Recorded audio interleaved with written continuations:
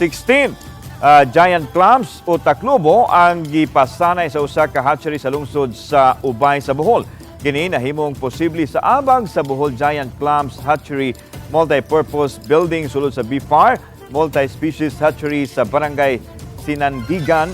Ang proyekto ginabagan sa BFAR o sa ilang school partner nga Bohol Island State University.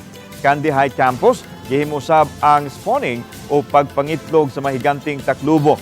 Sa pagkaroon minus pa ang gidaganon sa giant clams ug ang pagpadaghan nila ang gingusgan sa lokal nga kamhanan ug sa ahensya. Gisugdan ang giant clams hatchery sa Bohol niadtong 2013. Adunay 124 nga adult giant clams ug 370 juvenile giant clams nga makita sa napo ka mga marine protected area sa lalawigan sa Bohol. Ato yun makitahan kung asa nato ni